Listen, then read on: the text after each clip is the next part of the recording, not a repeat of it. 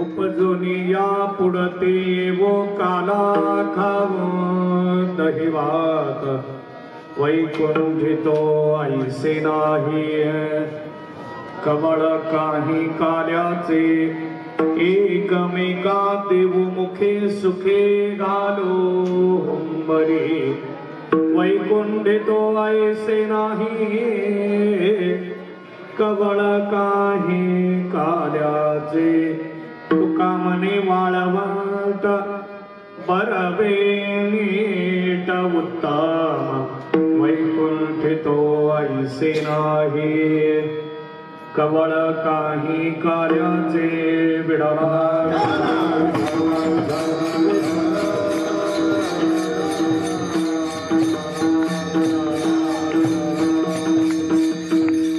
पांडुरंगा करो प्रथम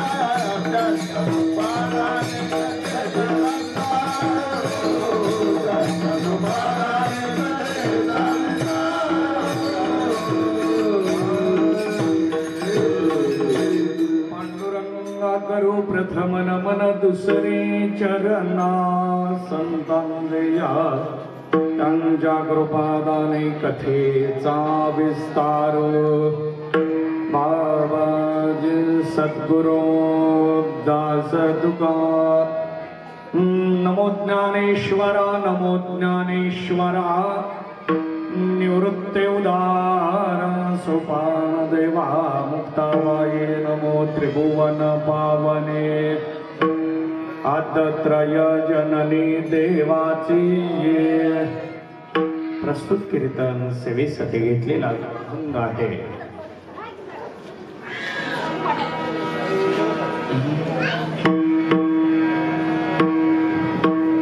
देहूचे संत श्रेष्ठ जगद्गुरु तुकोबारा यांच्या गाथ्यातील काल्याचं लक्षण मांडणारा सर्वांच्या पाठातला अभंग सालाबादप्रमाणे आयोजित करण्यात आलेल्या अखंड हरिनाम सप्ताहातील समारोपाच्या म्हणजेच काल्याच्या कीर्तनरूपी सेवेसाठी हा अभंग निवडलेला. नियोजित वेळेमध्ये जो विचार पाहता येईल पाहण्याचा प्रयत्न आपणाला करायचा आहे. प्रतिवर्षाप्रमाणे किर्लेवाडी ग्रामस्थांच्या माध्यमातून बिरुदेव विठ्ठल मंदिरामध्ये यात्रेच्या अनुषंगाने सप्ताहाचं आयोजन करण्यात आलं. 29 वर्ष झाली कार्यक्रमाचं आयोजन या ठिकाणी करण्यात येत आहे आणि अशा या कार्यक्रमामध्ये काल्याची कीर्तन रूपी सेवा संयोजकांनी माझ्याकडे सोपवली. यात्रा कमिटी असेल, सप्ताहाचे प्रमुख संयोजक मंडळी असतील, भजनी मंडळ, या सर्वांच्या आपुलकीतून जिव्हाळ्यातून इथे येण्याचा योग मला प्राप्त झालेला आणि अशा या सेवेमध्ये कार्याच्या विषयीचं जे चिंतन आपल्याला पाहता येणार आहे पाहण्याचा प्रयत्न करू. विठ्ठला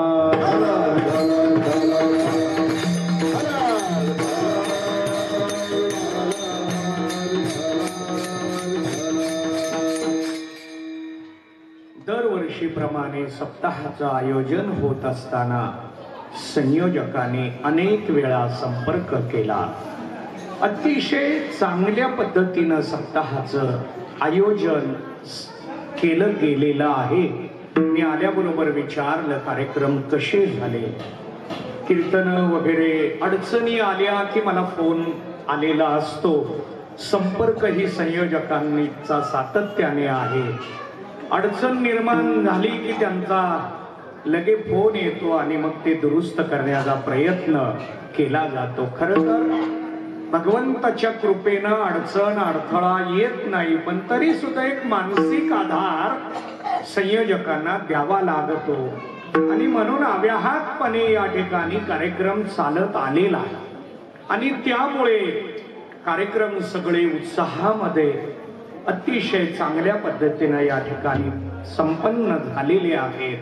आणि आजची सेवा माझ्याकडं सोपवली. काला हा विषय अतिशय महत्वाचा आहे. आजच्या या सेवेमध्ये आज उपस्थित असलेल्यांमध्ये आदरणीय हरिभक्तीपरायण तानाजी दादा बेलेराव महाराज, आदरणीय हरिभक्तीपरायण बाळासाहेब बाबर महाराज, आदरणीय हरिभक्तीपरायण तानाजी महाराज, त्याच पद्धतीनं आदरणीय हरिभक्तीपरायण दिलीप महाराज, या दोन्ही गावचे इर्लेवाडी इर्ले भजनी मंडळ प्रमुख मंडळी, महाराज मंडळी, गायक वादक गुणीजन मंडळी, त्याच पद्धतीनं आदरणीय नागनाथ आप्पा डुरे पाटील व सर्व वारकरी मंडळी ज्यांचा ज्यांचा सप्ताहामध्ये प्रमुख सहभाग आहे.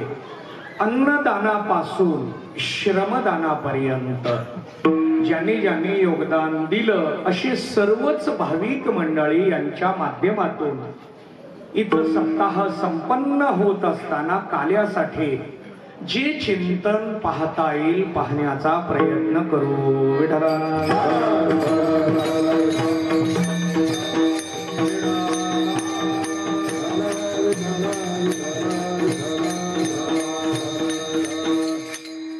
प्रस्तुत अभंगामध्ये काल्याचं यथार्थ असं लक्षण आपल्या समोर मांडलेलं आहे. काला कोणी करावा, काला कोणता करावा, काला कसा करावा, काला करणं म्हणजे नेमकं काय, वारकरी संप्रदायामध्येच हा काला का केला जातो, असे वेगवेगळे प्रश्न निर्माण होतात. भारतामध्ये अनेक पंथ आहेत, अनेक संप्रदाय आहेत, अनेक भक्तीच्या शाखा आहेत, परंतु काला फक्त वारकरी परंपरेतच पाहायला मिळतो. विठाला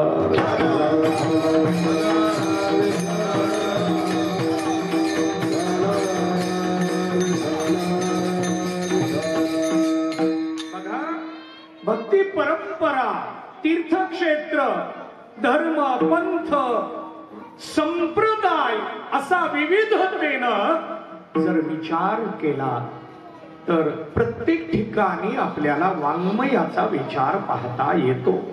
शास्त्र आधार असेल, वेद प्रामाण्यता असेल, त्या माध्यमातून साधन केलं जातं, भक्ती केली जाते, परंतु काला केला जातो का, इथं आपल्याला चिंतन करावं लागतं. काला हा भक्त आणि भक्त वारकरी परंपरेमध्ये पाहायला मिळतो. सप्ताह कोणत्याही निमित्ताचा असो, सप्ताह कितीही दिवसाचा असो, सप्ताह कोणत्याही स्थानामध्ये असो, त्याचा समारोप काल्याने केला जातो. नाही फक्त पंढरपुरातच काला करावा असं बंधन आहे का? आळंदी असेल, देहू असेल, त्र्यंबकेश्वर असेल, मुक्ताई नगर असेल, सासवड असेल, संतांचं प्रत्येक स्थान घ्या, नवे नवे प्रत्येक गावामध्ये, खेड्यामध्ये, वाडी वस्तीवर कुठही सप्ताह असो द्या, काला केला जातो. शिवाय निमित्त रामनवमी असो द्या, कृष्णाष्टमी असो द्या, नृसिंह जन्म, हनुमान जयंती, ज्ञानोबरायांचा समाधी सोहळा, तुकोबरायांचे वेदनाथ महाराजांची षष्टी, नामदेवरायांचा समाधी सोहळा असू द्या, निमित्त काहीही असो, समारोप हा काल्याने केला जातो. काल्याने समाप्ती करण्याची पद्धत आहे, काल्याने समारोप करण्याची परंपरा फक्त वारकरी संप्रदायात पाहायला मिळते.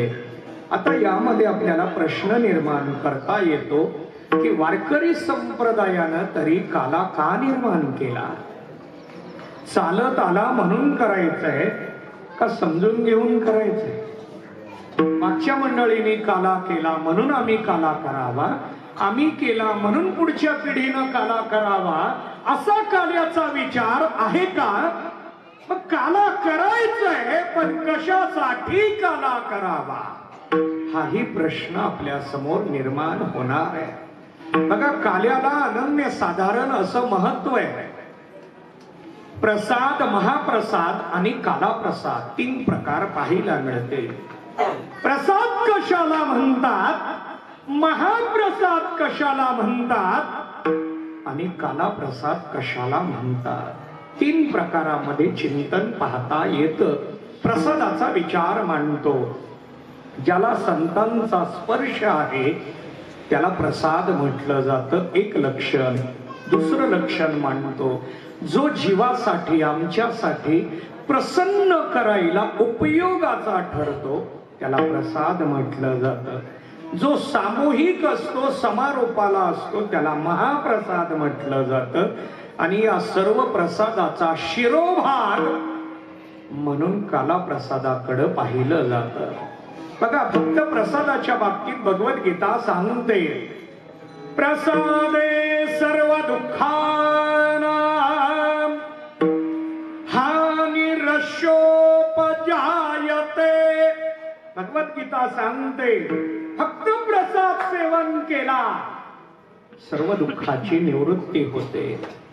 आता प्रसादाने जर सर्व दुःखाची निवृत्ती आहे तर काला प्रसादाचं फल काय?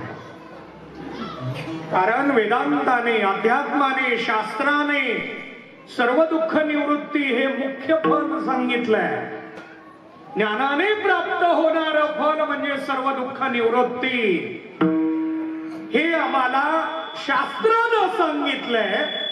मग सगळं दुःख गेल्यानंतर पुन्हा अट्टहास कशासाठी, पुन्हा प्रयत्न कशासाठी, आजार बरा झाल्यानंतर पुन्हा औषध कशासाठी? औषध आजार बरा होण्यासाठी आहे का आजार बरा झाल्यानंतर सुद्धा औषध आहे? सर्व दुःख हे प्रसादाने निवृत्त झालं, पुन्हा काला प्रसाद कशासाठी घ्यायचा? का सगळे घेतात म्हणून आपणही घेऊया? कळू दे, नाहीतर वाक्य मी अर्धवट ठेवतोय बरं का, पूर्ण केलं नाही. चला ठीक आहे, याचा अर्थ आम्हाला कळलंच नाही असं नाही, पण कळलंय असं पण म्हणणार नाही. काला समजून घेण्यासाठीच कीर्तन असतं आजचं. आपल्याला काल्यामध्ये काला समजून घ्यायचंय. नेमका काला वारकरी संप्रदायात का निर्माण झाला याच्याशिवाय पौराणिक ग्रंथाचा जर विचार केला तर 14 भुवन सांगितले, 14 लोक, 7 लोक आणि 7 पाताळ मिळून 14 आहे. या 14 मध्ये काला फक्त पृथ्वीवर होतोय, इतर ठिकाणी काला केला जात नाही. आता पुन्हा प्रश्न आहे, का केला जात नाही? पुण्य प्राप्त करायचं, स्वर्गाला जायचं, साधना करायची, सत्य लोकाला जायचं, भक्ती करावी, नामस्मरण करावं, वैकुंठाला जावं. मग अशा उत्तम लोकाला जरी गेलो तरी आम्हाला तिथं काला मिळतो का? विठला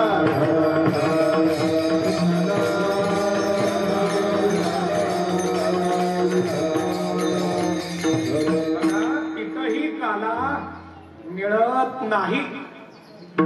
तुका म्हणे काला वैकुंठी दुर्लभ.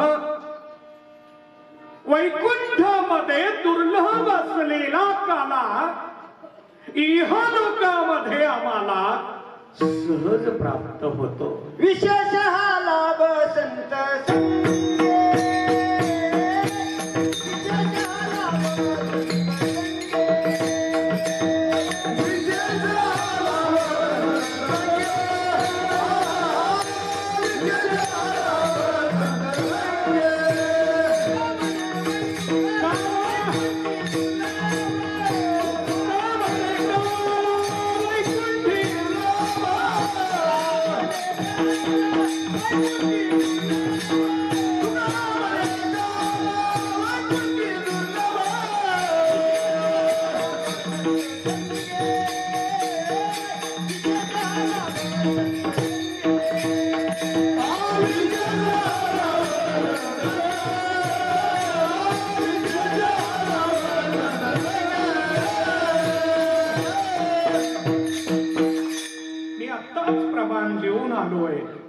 की तुका म्हणे काला वैकुंठी दुर्लभ. वैकुंठामध्ये दुर्लभ आहे, संत संगात सुलभ आहे. आता मला इथं चिंतन मांडायचं होतं. 10 वाजता आल्यानंतर सुलभ आहे का 11:15 वाजता आल्यानंतर सुलभ आहे? संत संगात काला मिळतो बरोबर आहे. विशेष हा लाभ संत संगे, संतांच्या संगतीत मिळतो. पण 10 वाजता का 11:15ला? 11:15ला आल्यावर सुलभ नाही का?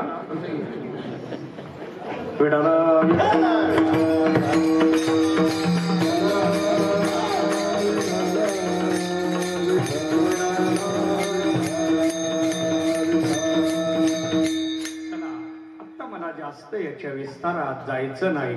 वेळेमध्ये चिंतन मांडण्याचा मला प्रयत्न करायचा आहे. आपला विचार चालू आहे की काला इतर लोकांमध्ये मिळत नाही. इतर लोकात मिळत नाही यात नवल नाही, इतरांना सुद्धा मिळत नाही. बघा, इतर लोकात न मिळणं आणि इतरांना न मिळणं यामध्ये थोडं अंतर आहे. सामुग्रीचा विचार करत असताना इतरांना मिळत नाही, इतर लोकात मिळत नाही.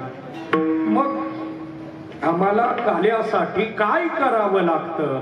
खाली यावं लागतं. इहलोकात पृथ्वी तलावर यावं लागतं.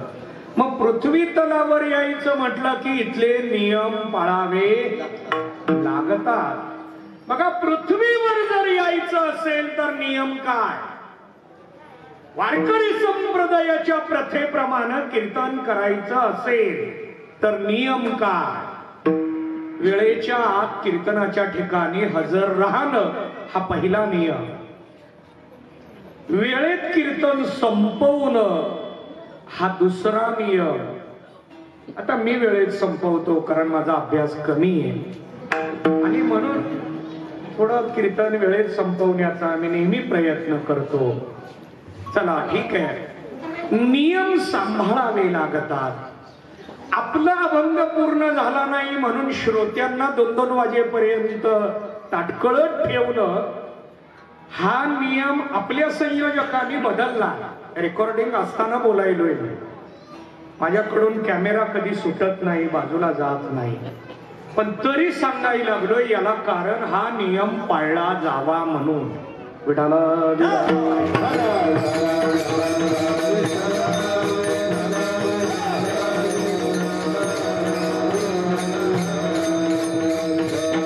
याचं शास्त्रीय कारण मांडता येईल, प्रमाण मांडता येईल, संयोजकाच्या दृष्टीचं कारण मांडता येईल. चला, नियम सांभाळावे लागतात. त्यामध्ये इहलोकातला पहिला नियम जन्म घ्यावा लागतो. वेदांत सांगतो जन्माला येऊ नका. शास्त्र सांगतं जन्म चुकवा.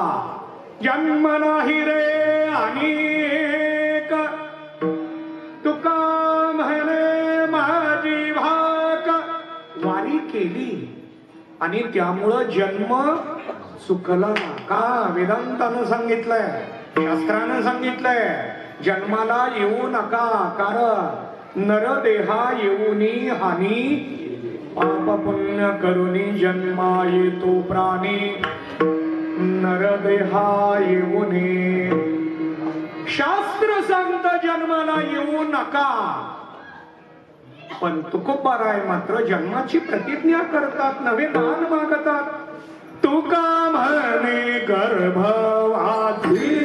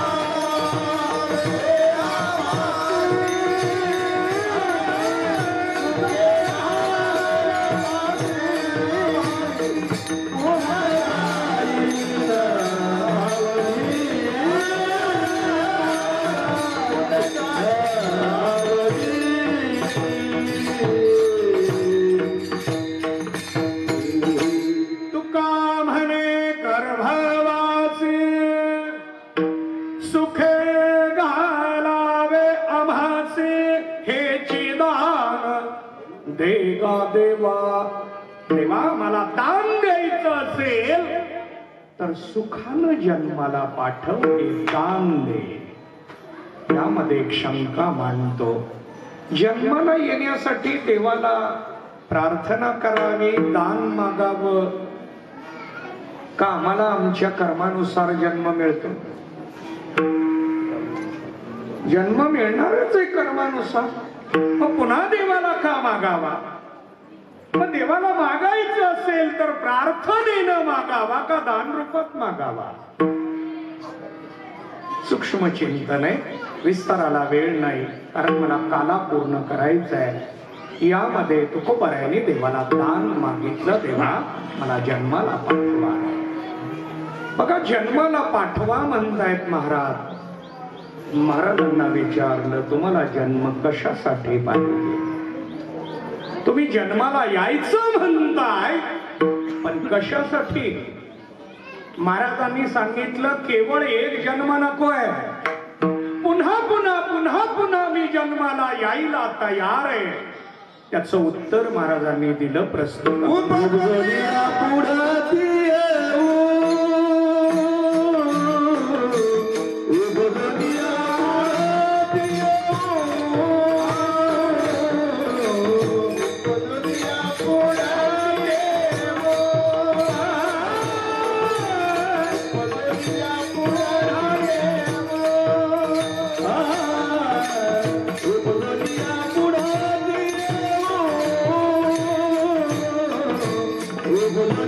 Punya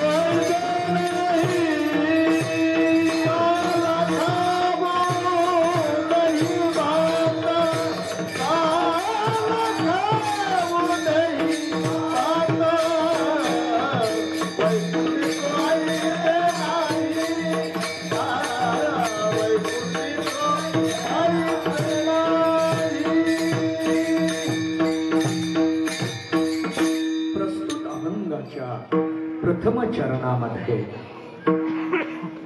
कशासाठी जन्माला यायचंय याचा विचार सांगितला. उपजोनी शब्दाचा अर्थ जन्मोनी, पुढती शब्दाचा अर्थ पुन्हा, जन्मून पुन्हा पुन्हा येऊ. कशासाठी? काला खावो दही भात, दह्या भाताचा काला खाण्यासाठी जन्माला पुन्हा पुन्हा येऊ. बघा यात एक शंका. महाराज कुठून जन्माला येऊ म्हणतात? वैकुंठात. आता वैकुंठातनं इहलोकात पुन्हा पुन्हा जन्माला यायचंय, मग असं काल्यामध्ये काय आहे म्हणून वैकुंठ सोडायला तयार आहे? वैकुंठ सोडून इहलोकामध्ये यायचंय. शिवाय या इहलोकाला नाव आहे मृत्यूलोक. याला एक नाव आहे. स्वर्गीचे अमर इच्छिताती मृत्यूलोकी. महाराजांचं सुपरिचित प्रमाण आहे. मृत्यूलोकामध्ये जन्म मिळावा ही अपेक्षा व्यक्त केली. वैकुंठ सोडायचं आणि मृत्यूलोकात यायचं. कशासाठी? काला. असं काल्यात काय आहे? काला असा आम्हाला या मृत्यूलोकामध्ये विशिष्ट बनवतोय. या काल्यामध्ये काय आहे म्हणून काल्याचं हे वेगळेपण मांडलं गेलं. महाराजांनी त्याचा विचार सांगितला की हा काला सहज मिळत याचा विशिष्ट अधिकारी आहे. तुका म्हणे वाळवंट बरावे नीट उत्तम. तीन विशेषण मांडली. बर्व कोणाला म्हणावं, नीट कोणाला म्हणावं आणि उत्तम कोणाला म्हणावं. मागच्या वेळेला बहुतेक मी हा विस्तार थोडा केलेला आहे. आता जास्त विस्तार करत नाही, पण अंशात्मक चिंतन मांडून पुढे जातो. बघा याची दोन प्रकारे आपल्याला याचं चिंतन करता येणार आहे. आध्यात्मिक दृष्ट्या याचा अर्थ आणि भक्तिशास्त्राच्या दृष्टीनं याचा अर्थ काय. प्रत्येक जीवाकडे तीन दोष आहेत. तीन दोष घालवायला तीन साधना कराव्या लागतात. त्यावेळेला या तीन अवस्था प्राप्त होतात. बघा पटवून देतो, काही जणांना हे जड वाटेल. तुमच्या इकडं कपड्याचं साबण आणि अंगाला लावायचं साबण एकच आहे का वेगवेगळं आहे? वेगवेगळं आहे. प्रगती आहे. अंगाचं साबण आणि चेहऱ्याला लावायचं साबण एकच आहे का वेगळं आहे? चला, चेहऱ्याचं साबण आणि केसाचं साबण वेगळं आहे का एकच आहे? बघा किती प्रगती. एका शरीराला 4 प्रकारची साबणं लागतात. एवढी प्रगती आहे. पण हरिपाठ पाठ करायचं म्हटलं तर आम्हाला कुठं हरिपाठ येत असतो काय, आणि आम्हाला कुठं हरिपाठ येतो का? आता ज्यांना संध्याकाळच्या वेळेला निवांतपणा आहे त्यांनी गावातली मुलं एकत्रित करावी, मुली एकत्रित कराव्या. त्यांना घेऊन हरिपाठ पाठ करून घ्यावा, त्यांच्याकडून हरिपाठ करून घ्यावा. कारण आता पुढची पिढी निर्माण करणं ही सुद्धा आपल्या सर्वांची जबाबदारी आहे. ठीक आहे, काही मंडळी हरिपाठ पाठ करून त्यांचा त्यांचा संसार करतील, करू द्या, पण किमान संस्कारात तरी राहतील ही जमीची बाजू आहे. आमचे बाबर महाराज आता दारफळ गावामध्ये त्यांनी किमान 40-50 मुलं आता त्यांचा सातत्यानं हरिपाठ चालू आहे. मुलं मुलींना शिकवणं हे गावागावामध्ये आता चालू आहे. अनेक गावं पुढे येत आहेत. याही गावानं या बाबतीत पुढाकार घेतला पाहिजे. आता कॅमेरा आहे म्हणून एक गोष्ट बोलत नाही, बघू पुढं बंद झाला तर बोलेन. कारण मी या गावाला किमान 30 वर्ष झाली असतील येतोय, त्यामुळं आता हक्कानं बोलायला काही अडचण. विठ्ठला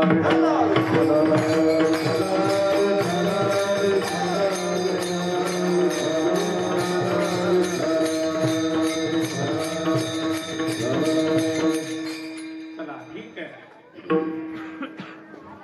आपला विचार चालू आहे. मन, विक्षेप आणि आवरण 3 दोष गेले की त्याला बर्व, नीट आणि उत्तम म्हणतात. तुका म्हणे वाळवंट. काल्याचा हा अधिकारी आहे.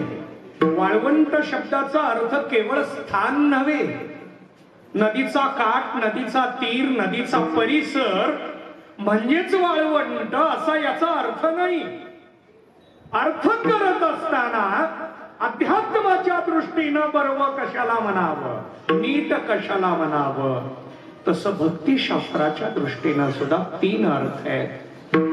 बर्व म्हणजे श्रद्धा असलेला, नीट म्हणजे भाव असलेला आणि उत्तम म्हणजे प्रेम असलेला. विठाला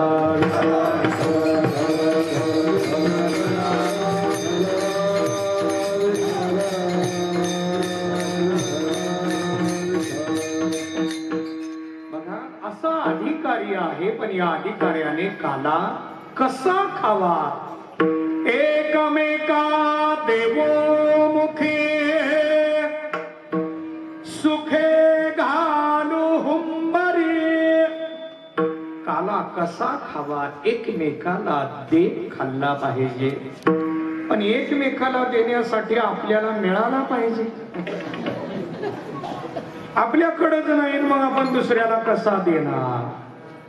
दान करण्याची इच्छा खूप आहे पण खिशात पैसे नाही. आता काही जणांकडे पैसे नाहीत आणि काही जणांकडे असून निघत नाही. हे वाक्य अर्धवट ठेवलंय. दान करण्याची इच्छा आहे आपल्याकडं असायला पाहिजे. तसा काला एकमेकाला द्यायचंय पण पहिल्यांदा आपल्याला प्राप्त झाला पाहिजे. मग आपल्याला प्राप्त होण्यासाठी पात्र पाहिजे. पात्र होत असताना काला कळला पाहिजे. कुठं कळत नाही. वैकुंठी तो ऐसे नाही कवळ काही काल्याचे. मी अभंगाचा सरळ भावार्थ आपल्या समोर मांडला. वैकुंठामध्ये काला कळत नाही, मिळत नाही तर यात नवलच नाही, कळत पण नाही. काही काही गावं अशी आहेत की तिथं सप्ताह पारायण माहीत पण नाही. काही काही ठिकाणी आम्हाला सांगतात तुमचं ते टाळ वगैरे घेऊन प्रवचन करा. आता टाळ घेऊन प्रवचन असतं का? पेटी घेऊन म्हटलं तर एखाद्या वेळे आपल्याला कथा या भूमिकेतनं त्याला स्वीकारता येईल. पण टाळ वगैरे पकवाज घेऊन मग प्रवचन करा म्हणजे त्यांना कीर्तन सांगायचंय पण प्रवचन आणि कीर्तन माहीतच नाही, कळालंच नाही. तसा वैकुंठात काला कळाला नाही. आम्हाला तो कळाला, आम्हाला तो मिळाला. पण केवळ मिळवून उपयोगाचा नाही, अनुभूतीवर अरूढ व्हावं लागतं. आणि म्हणून वारकरी संप्रदायानं कीर्तनकाराला बंधन घातलं. चरित्र ते उच्चारावे केले देवे गोकुळे. चरित्राचा विचार, चिंतन, कथन, पठन, मनन, श्रवण म्हणजे काला. हा काला वारकरी संप्रदायानं मला बंधनकारक म्हणून सांगितला. कुठलं चरित्र असावं तर ते गोकुळाचं चरित्र असावं. आता गोकुळाचं चरित्र का? मथुरेचं चरित्र चालत नाही का? नाही, त्यावेळेच्या महाराजांना फक्त गोकुळाचं येत होतं म्हणून त्यांनी गोकुळाचं सांगितलं आणि पुढं ती परंपरा ठरली. असं आहे का?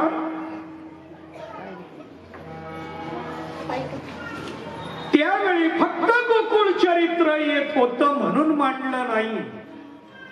काल्यामध्ये गोकुळ चरित्रच असावं म्हणून मांडलं. गोकुळ चरित्र का मांडावं याचा विचार आपल्याला करायचा आहे.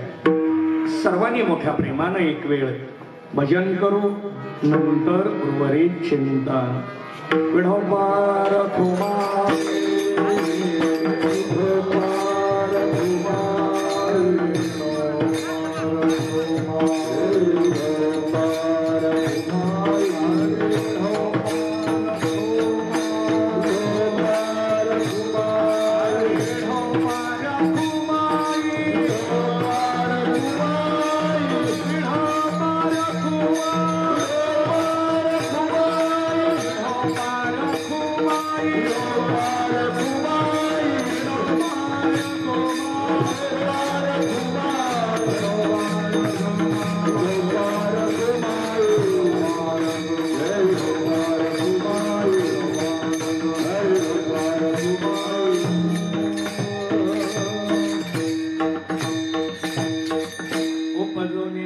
आवडते काला खावा दही भात वैकुंठी तो ऐसे नाही कवळ काही काल्याचे. जगद्गुरु तुकोबारायांच्या या अभंगाच्या अनुषंगाने आपण चिंतन करतोय की गोकुळाचं चरित्र काल्यामध्ये असावं. कृष्ण परमात्म्याचा जन्म मथुरेत झाला पण प्रगट गोकुळामध्ये झाले. मी नेहमी प्रश्न मांडत असतो, देवाचा जन्मदिवस साजरा करावा का प्रगट दिन? कारण जिथं जन्म आहे तिथं त्यावेळेला भीती आहे, दुःख आहे, वातावरण आनंदी नाही. जिथं जन्म आहे तिथं आणि जिथं प्रगट आहे तिथं गोकुळीच्या सुखा अंत पार नाही लेखा. तिथं सुखच सुख आहे, आनंदाल्या नर नारी बाळ कृष्ण नंदा घरी. बघा कितल्या नारी असतील, नर असतील, म्हणजेच गवळणी असतील, गोपाळ असतील, त्यांचा आनंद मांडला महाराजांनी. गोढी या तोरणे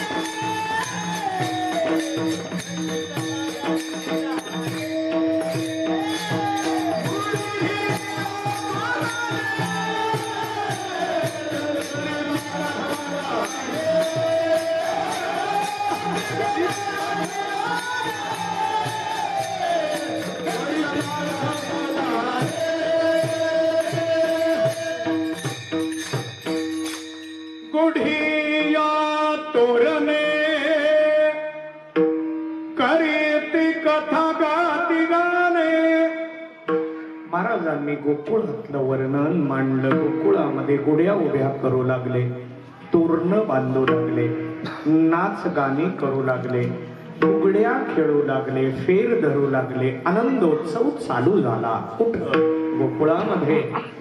देव जन्मले, देव प्रकट झाली ही वार्ता घराघरापर्यंत पोहोचली. गवळणी गोपाळांच्या मनामध्ये इच्छा निर्माण होऊ लागली, आपण जाऊन देवाचं दर्शन घ्यावं, आपण देवाच्या सहवासामध्ये राहावं, आपण देवाच्या सेवेमध्ये आपला काळ घालवावा, असं गवळणी गोपाळांना वाटू लागलं. मागच्या वेळेला मी एका गवळणीचा खूप सुंदर असा विचार मांडला. यातली एक गवळण एका आयुष्यात कळाली तरी त्या जन्माचं सार्थक आहे. एक गवळण फक्त. अशा किती गवळणी आहे? जी भजनाला बसतात त्यांनाच माहिती आहे. बघा, अभंग म्हणताना आनंद जास्त होतो का गवळण म्हणताना? उत्तर चांगला आला. कारण काही जण म्हणणारे भजन करणाऱ्याला विचारा ना, आम्ही भजनालाच बसत नाही तर आम्ही कसं उत्तर द्यायचं? बघा, रात्रीच्या वेळेचा जर जागर असेल, तास दीड तास झाला की मध्येच कुणीतरी म्हणतं, आता तुमचं थांबवा, गवळणी चालू करा. गवळणी सुरू झाल्यानंतर पुन्हा नवीन उत्साह आलेला असतो. याचं कारण काय? अभंग ही संतांनीच लिहिलेत आणि गवळणी सुद्धा संतांनीच लिहिल्या. अभंग म्हणणार भजनी मंडळ तेच आहे आणि गवळण म्हणणार भजनी मंडळ. आनंदात फरक का झाला? त्या रचनेमध्ये फरक आहे. गवळण या रचनेमध्ये फरक आहे. त्यातला जो भाव आहे तो भाव आमच्या उत्साहाला, आनंदाला कारण ठरतोय. आपण गवळण म्हटलं की स्त्री असा अर्थ करतो, असं नव्हे. भक्ताची अवस्था म्हणजे गवळण आहे. भक्ताची वृत्ती म्हणजे गवळण आहे. मग एका भक्ताच्या अनेक अवस्था आपल्याला पाहायला मिळते. त्या प्रत्येक अवस्थेचं रूपकात्मक वर्णन हे गाथ्यातल्या गवळण प्रकरणाचा विचार आहे. खूप सुंदर चिंतन आहे. काला असा एका दीड तासात किंवा एका सप्त्यात मांडता येईल असा काला मुळातच नाही. आमचे बापू पूर्वी नेहमी 3 तास काला करायचे. आता जर 3 तास चालू झाला तर लोक 1.5 तास संपल्यावर येतील. मग होऊ द्या तुमचा 3 तासाचा. काळ बदलला, काळानुसार आम्हाला हे राहावं लागतं आणि म्हणून मी थोडा बदल माझ्यात केलाय. कुणी करावा हा मला विचार सांगायचा नाही. मी नेहमी माझ्या स्वतःला नियम लावून घेतो आणि त्या कीर्तन जास्त करण्यापेक्षा कमी वेळेत पण वैचारिक तात्विक मांडण्याचा मी नेहमी प्रयत्न करतो. आपलं चिंतन चालू आहे गोकुळामध्ये. प्रत्येक गवळण ही देवाच्या सहवासामध्ये जाण्यासाठी आतुर होती. एका गवळणीनं आपली भूमिका मांडली. देखिला देखिला मायम्या देवाचा देव फिटला संदेह निमाले तुझे पण मी देवादी देव पाहिला. बघा, त्या गवळणीची भूमिका अवस्था बदलली. ती गवळण सांगतीये माझं द्वैत गेलं आणि संशय नाहीसा झाला. बघा, यातला बारकावा मांडतो. देवदर्शनाने संशय जातो, द्वैत नष्ट होतं. आमचं द्वैत परमार्थात आल्यानंतर वाढायला लागलं का कमी व्हायला? असं ते रेकॉर्डिंग असलं तरी उत्तर द्या. कारण जो ऐकणार आहे तो परमार्थिकच असणार आहे, त्यामुळं तो त्याचा प्रचार करेल. त्यामुळं उत्तर आवश्यक आहे. परमार्थात आल्यानंतर द्वैत कमी व्हायला पाहिजे, पण आमचं द्वैत वाढायला लागले. त्याचं पहिलं कारण चालत दिली नाही हो. साथ दिली नाही की दुसरं भजनी मंडळ तयार. आपलं एकच कारण आहे भजनी मंडळ वेगळं व्हायला, फक्त चाल. बर दिली नाही तशी येते तरी का? नाविलाजानं बसलेले सगळे ऐकतात का आनंदाने?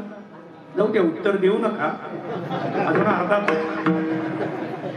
सगळेजण जी चाल ऐकतात बसलेली मंडळी, नाविलाज आहे आता, उठता पण येत नाही, मग काय करा, उगी ऐका. बघा, आपल्या चाली म्हणजे इतक्या ऐकण्यासारख्या असतात. जाऊ द्या, असू द्या. ही सगळी मंडळी संसार करून, शेती करून, कामधंदा करून दिवसभर कामाला जावं, कष्ट करावं, मग संध्याकाळी भजनाला जावं. या सगळ्यांनी भजनी मंडळ टिकवलंय कष्ट करून, संसार करून. आणि त्यामुळं त्यांच्या भूमिकेला ते बरोबर आहे. फक्त चालीसाठी जे भांडण होतं तेवढ्यासाठी मी बोलायलो बरं का, बाकी काही माझा दुसरा हेतू नाही. आता काल मी पाहिलं, माझा 10 मिनिटाचा कीर्तनातला वेळ फक्त गायकांमुळे वाया गेला. मी फक्त गेला असं म्हटलं नाही, वाया गेला असं म्हटलं. कारण एक तर स्वर बसत नाही, गेलेला कळत नाही, तालात बसत नाही, पण स्वतःला पण कळत, त्यातनं सिंगल घेऊन पुढं जावं याचं सुद्धा ज्ञान, तसंच ओढत घेऊन जायचं. म्हणजे बाकीच्यांना तुम्ही का आला, माझी चाल ऐकायला. आपल्याला आपलं लक्षात यावं इथपर्यंत तरी ज्ञान असलं पाहिजे. आहे तसंच ओढत बसते सगळं. ते जसं पहिलं कासरा बैलगाडी, रस्ता सुटला तरी ते बैल घेऊनच जातात. त्यांना फक्त एकच माहिती आहे, आपल्याला गाडी ओढायची. शेतकऱ्यानं त्याच्यावर शिवळ टाकलेलं असतं, तसं आपण सुद्धा फक्त घेऊन जायचं एवढं, मग ते सोडा. काय बिघडायला लागलंय? काही आपलं राष्ट्रपती पारितोषिक माघारी जाणार आहे मग ती चाल सोडली म्हणून? पण आपली मंडळी सुद्धा स्वर सुटू द्या, चाल सुटू द्या, शेवटपर्यंत ओढून घेऊन जायचं. विठाला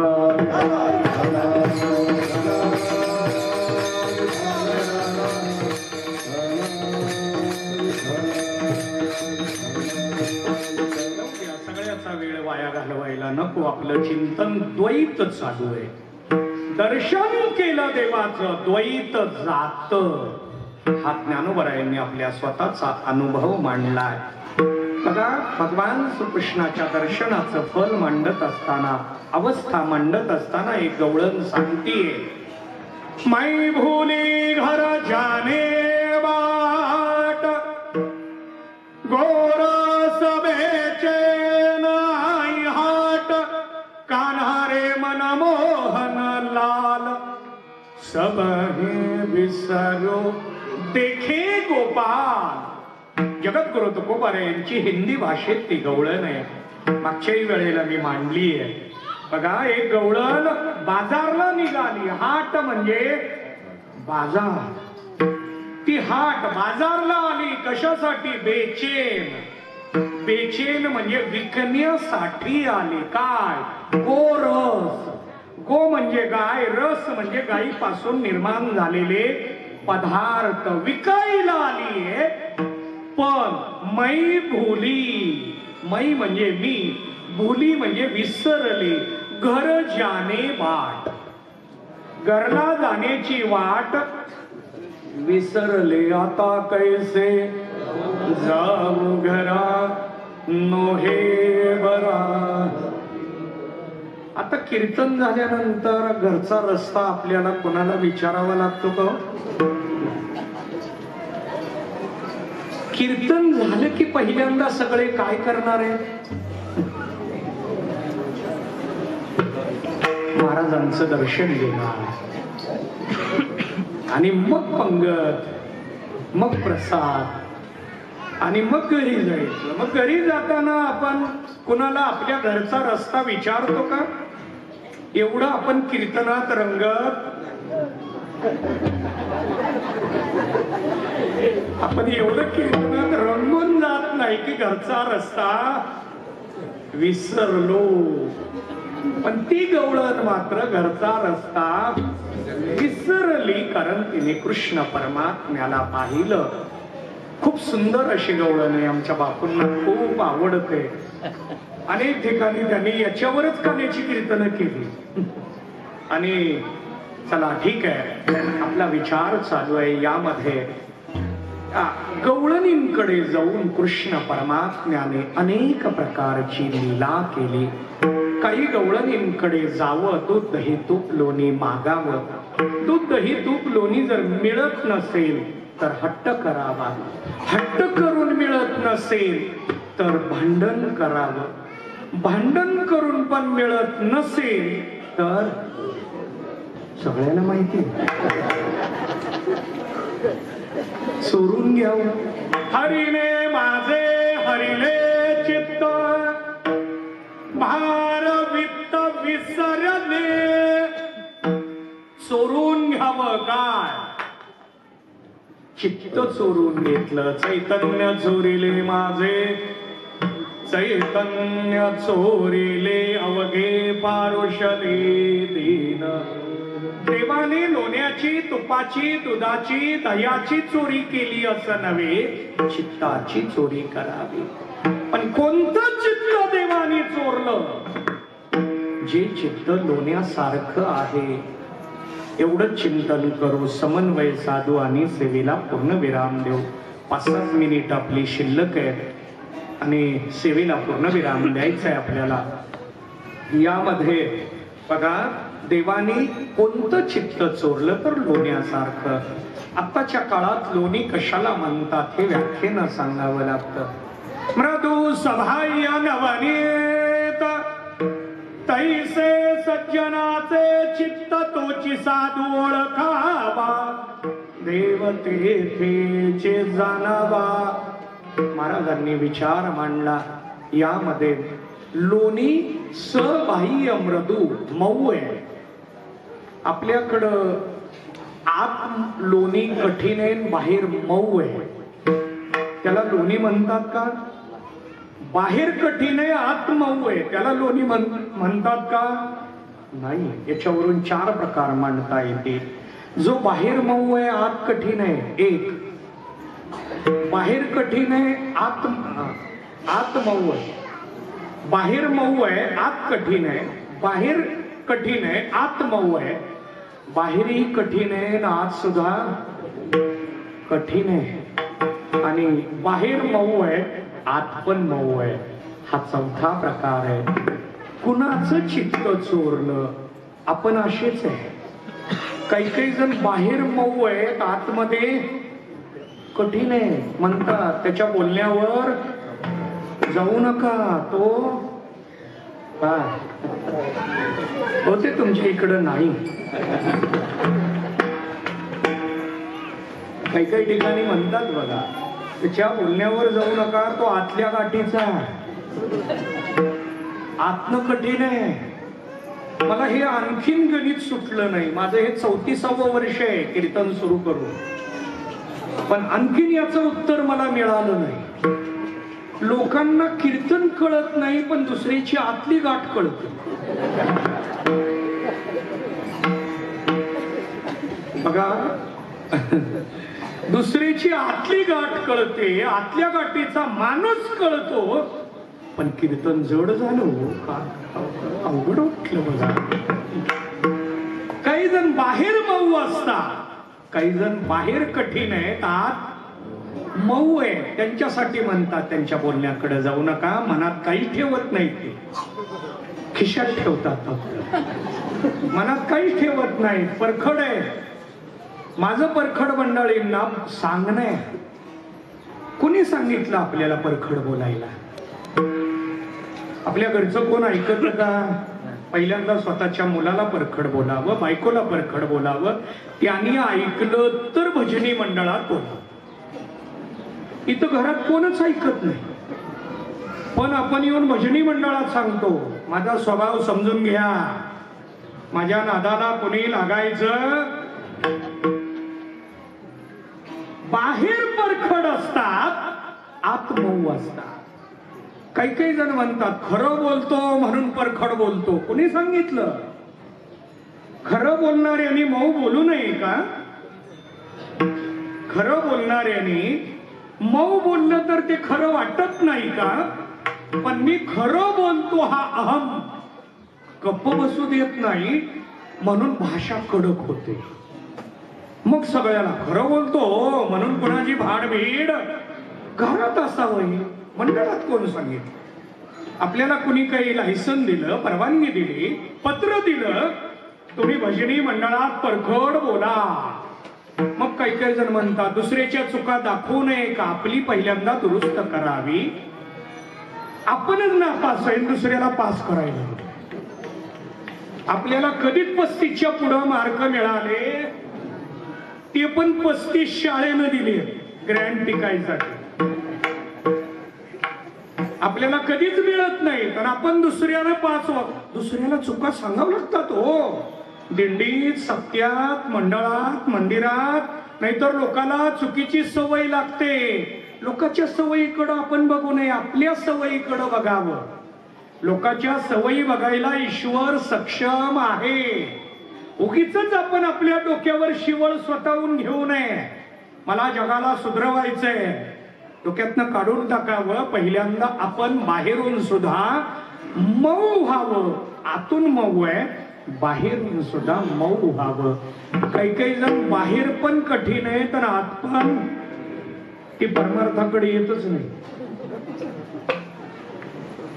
एक वर्ग आहे, बाहेर मऊ आहे, आत मऊ आहे. मधुरावानी उठे तुका म्हणे, याला भक्त म्हटलं जातं. हे चित्त देवानी चोरावं. अशा अनेक प्रकारच्या खोड्या देवानी केल्या आणि या सगळ्या खोड्यांच्या तक्रारी यशोदा मातेकडे येऊ लागल्या. गवळणी सांगती गाराने, रात्री आले चक्रपाणी, खाऊनी दही दूध तुपलोनी, ओढीचे अवघे विरजने, हा बाई कोणासी आवरेना. खूप सुंदर गवळण आहे. पहिली आली, दुसरी आली, तिसरी आली. प्रत्येकीनं आपापली तक्रार मांडायला सुरुवात केली. कृष्ण परमात्म्याला सुरुवातीला यशोदा मातेनं या तक्रारीमुळे समजावून सांगितलं, बदल झाला नाही. उखळाला बांधून शिक्षा केली, बदल झाला नाही. गणपतीला नवस केला, बदल झाला नाही. म्हणून तक्रार नंद बाबांकडे मांडली. नंद बाबांनी कृष्ण परमात्म्याला सांगितलं, उद्यापासून गावात थांबायचं. तातडीची बैठक बोलावली. सगळ्याला सांगितलं, आपापल्या गाई घ्यायच्या, शिदोरी घ्यायची, यमुनेच्या तीरावर जायचं. ठरल्याप्रमाणे सर्वांनी शिदोरी घेतली, यमुनेच्या तीरावर आले. शिदोरी एका झाडाखाली ठेवली. गाई चरायला सोडल्याने यांनी खेळ खेळायला सुरुवात केली. त्यावेळेचे खेळ म्हणजे होतो तो हमामा, लगोरी, आट्यापाट्या. खेळ भरपूर झाले. खांदे भार ओढी भोग काय खेळा याचे. भरपूर खेळ झाल्यानंतर गोपाळ मंडळी देवाला सांगू लागली, देवा आता बस करा. म्हटले, किती वेळ चालणार आहे. आणि त्यामुळं देवाने सांगितलं, माझी जशी शिदोरी आहे तशी घेऊन या. देवाला प्रेमानं बांधणारे भक्त होते, गोपाळ होते. म्हणू लागले, देवा शिदोरी देण्याचं काम तुझ्याकडे होतं, स्वतःला चांगली शिदोरी घेतली. आम्हा शिका दिली वांगुली रे कानोबा, तुझी गोंगडी चांगली रे. तुला मात्र तू चांगली शिदोरी घेतली आणि आम्हाला तुझ्यासारखी मागतो काय, काही माहित नाही. जशी तशी घे. देवाचा नाविलाज झाला. सर्वांची शिदोरी एकत्रित केली, मिश्रण केलं. त्याला म्हणतात काला. हा काला द्वापार युगामध्ये देवसंगतीत केला, पण देवसंगतीतला काला संत संगतीमध्ये आणला. एक जटाळी झाली चंद्रभागे, चंद्रभागेच्या वाळवंटामध्ये हा काला आणला. कुणी आणला? ज्ञानेश्वर माऊली.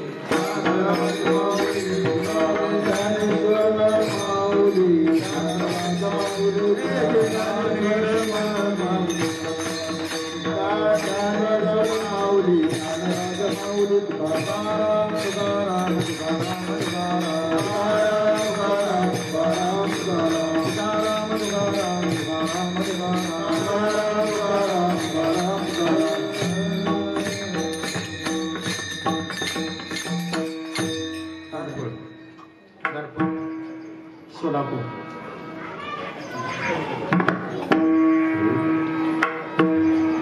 तुका म्हणे वाळवंट, तुका म्हणे वाळवंट, तुका म्हणे वाळवंट, तुका म्हणे वाळवंट, तुका म्हणे वाळवंट,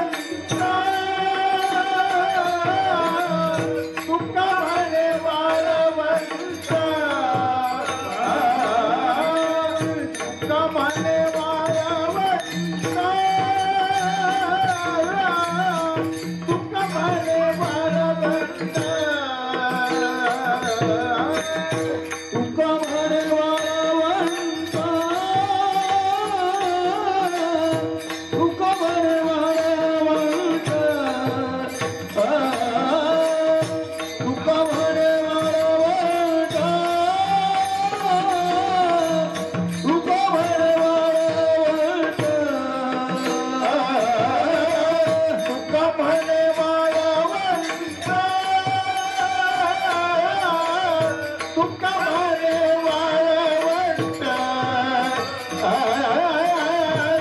म्हणे वाळवंट तुका म्हणे वाळवंट परनीत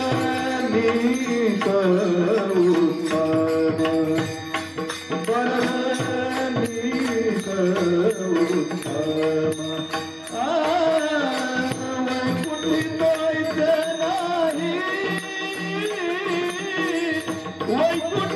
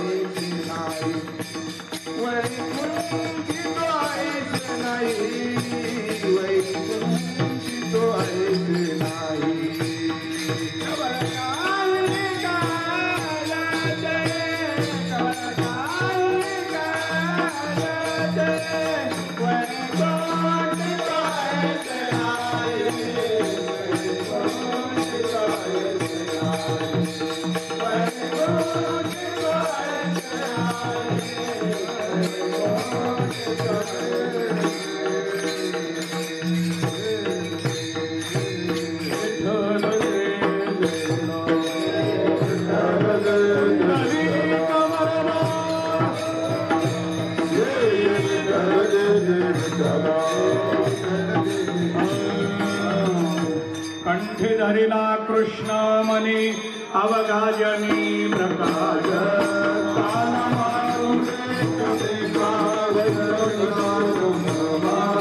वाकुलिया ब्रह्मादिका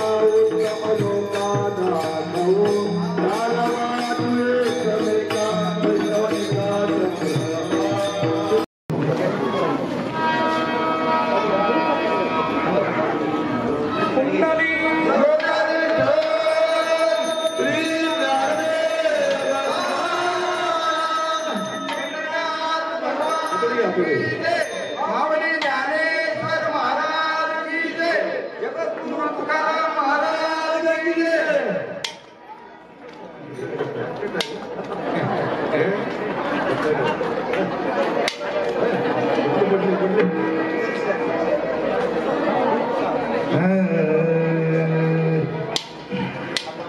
विठ्ठल जय जय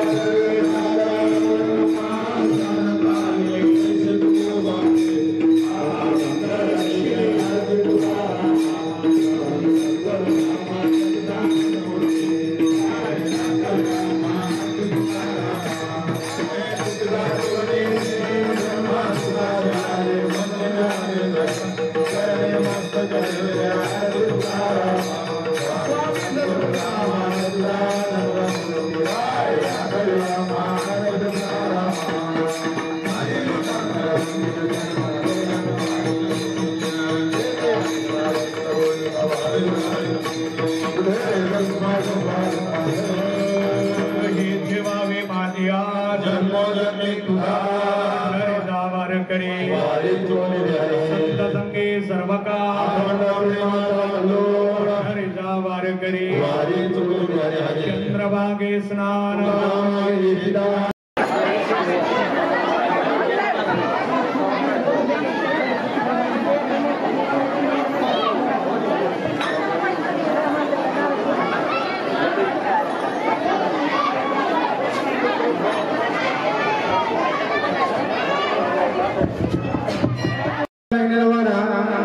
चला वाढते इकडे द्या पाठवून संयोजक इकडे वाढते त्या पाठवून अजून वाढ इकडे महिला चालू आहे पुढे चपात्या घेऊन महिला शिक्षा पंक्तीला यायचं आहे.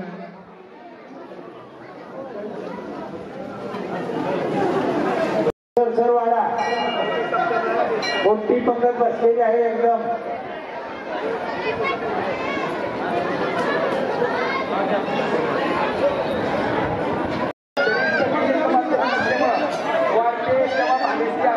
त्याच्यामुळे एकदम नाही बसवावं प्रत्येकाला गेलो त्याच्यामुळे आता तसंच गेलं सामान्य द्या त्याच्यामुळे आपल्यापर्यंत सर्व वस्तू पोहोचाव्या सर्वांनी पुन्हा प्रसाद वाया घालायचा आपल्या पत्रवळीसाठी पूर्ण कुठलंही उत्सवी दाखवू नका हा महाप्रसाद आहे चपातीमध्ये